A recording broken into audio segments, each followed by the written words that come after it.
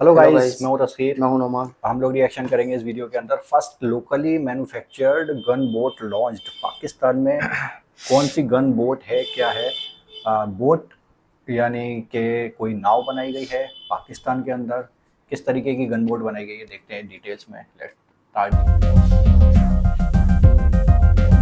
अस्सलाम वालेकुम व्यूअर्स, विच पाकिस्तान का नया एपिसोड लिए मैं हूं आपका मेज़बान अब्दुर्रहमान। आई डिस्कस करते हैं आज की दो इंटरेस्टिंग न्यूज़। पाकिस्तान में बनी हुई और तैयार करदा पहली तेज़ रफ्तार गन बोट नेवी के हवाले कर दी गई है। ये गन बोट लॉन्च हो गई पाकिस्तान में डिज़ाइन की गई और मुकम्मल तौर पर पाकिस्तान में ही बनाई गई है। ये हमारा सेल्फ रिलायंस की तरफ एक अहम कदम है।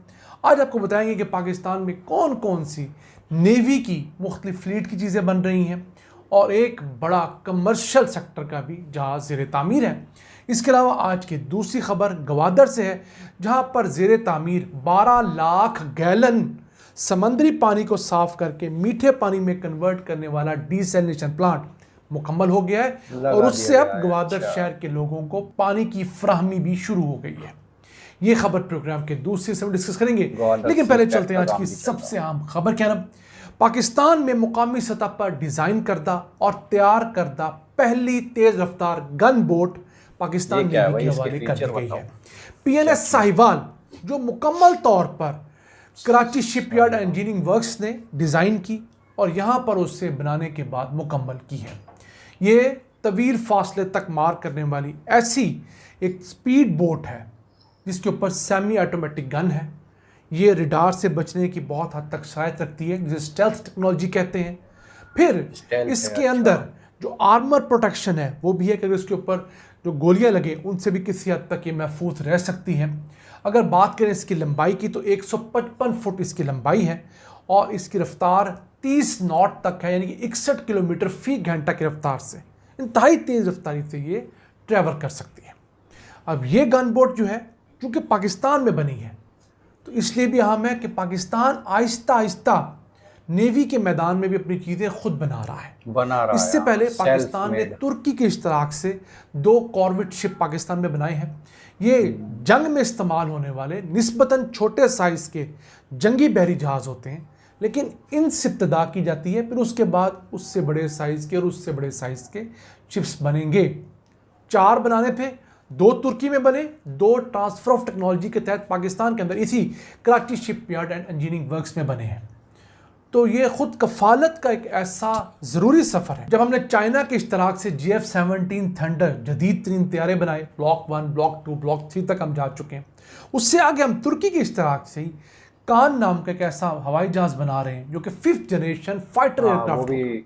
उसके साथ साथ पैरेलल हम लोग अपने यहाँ की जो 3rd जनरेशन है GF-17 थंडर, उसको भी अपग्रेड करने जा रहे हैं। 5th जनरेशन एक एयरक्राफ्ट की तरफ भी हम जा रहे हैं। तो ये सफ़र अगर हर फील्ड में इकट्ठा चलेगा, एयरफोर्स में भी होगा, नेवी में भी होगा, हमारी आर्मी सेक्टर पे भी होगा, तो आर्म फोर्सेस में, तो इसी के ज़रिए हम अपनी चीज़ें खुद बनाने की कैपेसिटी रखते होंगे। फिर पाकिस्तान में टग बोट्स जो हैं वो नेवी के लिए यहाँ बनाई जा रही हैं इसी इदारे के अंदर। और इसके साथ साथ अगर हम बात करें कमर्शियल नेवी की, जो सिविल पर्पस के इस्तेमाल होती है, तो पाकिस्तान का पहला कमर्शियल कंटेनर शिप भी इसी कराची शिपयार्ड इंजीनियरिंग वर्क्स में बन रहा है। तो हम अगर चाहें तो ये चीज़ें अपनी ज़रूरियात के बाद एक्सपोर्ट भी कर सकते हैं। अगर ये चीज़ें हम बना रहे होंगे तो दुनिया के दीगर मुल्क हमसे ये चीज़ें ख़रीदने के लिए रब्ता कर सकते हैं। जब हम एक्सपोर्ट की चीज़ें बनाएंगे, लोकल इस्तेमाल की चीज़ें बनाएंगे, तो हमारा वॉल्यूम बढ़ेगा। जब वॉल्यूम बढ़ेगा तो हमारी लागत कम हो जाएगी, तो हम बेहतर compete कर सकते हैं। इसके साथ साथ मार्जिन हम मुकामी जॉब्स, मुकामी इंजीनियर्स जो हैं, हमारे पास लाखों की तादाद में ग्रेजुएट स्टूडेंट्स जो मारे फिर रहे हैं, उनके लिए मुख्तलिफ अच्छी जॉब्स क्रिएट हो सकती हैं। और पाकिस्तान GDP वाइज, पाकिस्तान मईशत वाइज पहले से कहीं बेहतर पोजीशन में जा सकता है। आइए चलते हैं आज की दूसरी आम खबर की तरफ। गवादर शहर हमने बनाना तो दुबई की तर्ज पे था, लेकिन उसके छोटे छोटे मसाइल भी हल करने में नाकाम थे। पानी की शदीद शॉर्टेज थी, उसका हल निकाला गया है। एक 12 लाख गैलन योमिया समंदर का खारा पानी साफ करने वाला डिसैलिनेशन प्लांट मुकम्मल हुआ है और उससे शहर को पानी की फराहमी भी शुरू हो गई है। ये प्लांट जो है पहले 5 लाख गैलन योमिया सलाहियत का डिज़ाइन किया गया था, फिर सोचा गया ग्वादर की ज़रूरत ज़्यादा है, कुछ 60 से 65 लाख गैलन योमिया पानी चाहिए ग्वादर के 2,70,000 शहरियों को।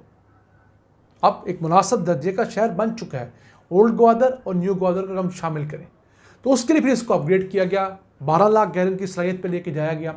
चाइना ने 2 अरब रुपए की ग्रांट दी है, ये कर्जा नहीं होता, ये पैसे हमने वापस नहीं करने होते, जिससे ये फाल हुआ है।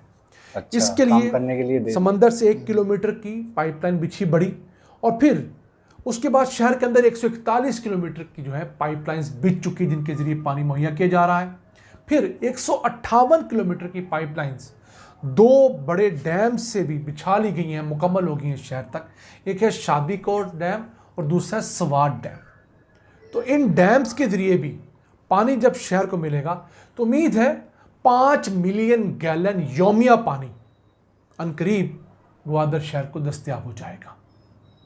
याद रहे इस वक्त खुश्क साली है, बलूचिस्तान के उस हिस्से में ये डैम्स खाली पड़े हैं, लेकिन जैसे ही मानसून की बारिशें वहाँ तक पहुँचती हैं, डैम भरते हैं तो ये पानी की दस्तयाबी जो है वो शुरू हो जाएगी।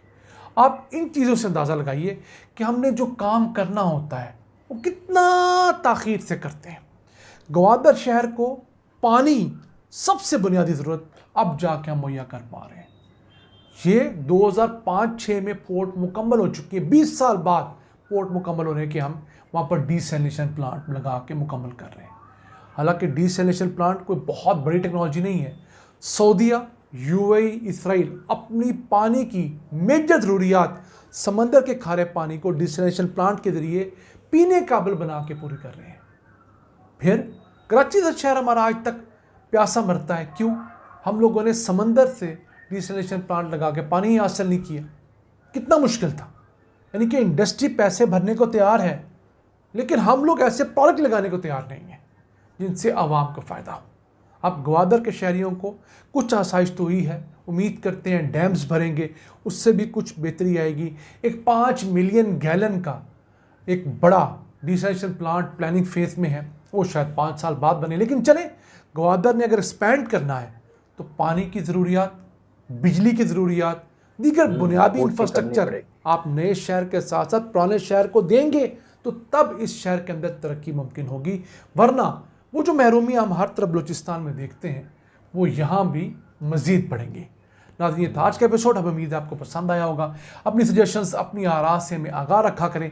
अपने मेज़बान अब्दुर्रहमान को इजाज़त दीजिए। अल्लाह निगहबान। तो ये सारी कुछ डिटेल्स थी रिलेटेड टू पाकिस्तान ने गन बोट बना ली है और उसको लॉन्च भी कर दिया है भाई, उतार भी दिया है। और दूसरी खबर ये है कि भाई बहुत सारे पानी, खारे पानी को डिस्टिल कर फिल्टर कर कर वो लोगों के घरों तक पहुंचाने की तैयारी कर रहा है और वो भी उसने स्टार्ट कर दिया है।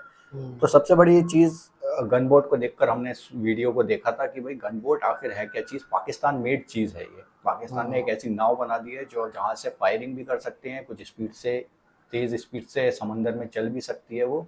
और कुछ कुछ टेक्नोलॉजी उसकी ऐसी है शायद कि वो स्टेल्थ हो। स्टेल्थ मतलब कि रडार में पकड़ में नहीं आएगी, रडार की रेंज में अगर वो जाएगी भी तो वो मुश्किल से पकड़ में आएगी। ऐसा कुछ टेक्नोलॉजी है उसकी, स्टेल्थ टेक्नोलॉजी।